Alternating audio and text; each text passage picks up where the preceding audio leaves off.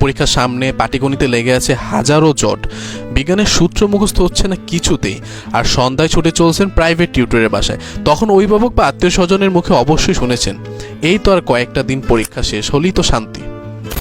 তারপর এসএসসি, তারপর কলেজ, তারপর ভার্সিটি, একের পর এক ধাপ পেরিয়ে আবারও শুনেছেন হয়তো জবে ঢুকো, তারপর নিজের টাকা আয়েশ করবে। কিন্তু 30-এর এই কোঠায় এসে দাঁড়িয়ে হিসাবটা কি মিলল? জীবন কি আদৌ সহজ হয়েছে, সুন্দর হয়েছে? একটু ভেবে বলুন তো।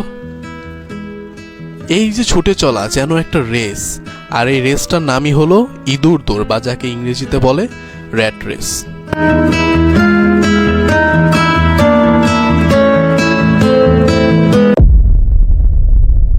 মাইকেল জ্যাকসনের কথা মনে আছে? তিনি ছিলেন বিশ্ববিখ্যাত পপস্টার, কোটি কোটি ডলার আয় করেছেন। কিন্তু আপনি কি জানেন মাইকেল জ্যাকসনের মৃত্যুর সময় তার মাথার উপর ছিল $400 মিলিয়ন ঋণ? মাইকেল জ্যাকসনের একটি জিনিসের অভাব ছিল তার পুরো জীবন জুড়ে, আর সেটি হলো মানি ম্যানেজমেন্ট।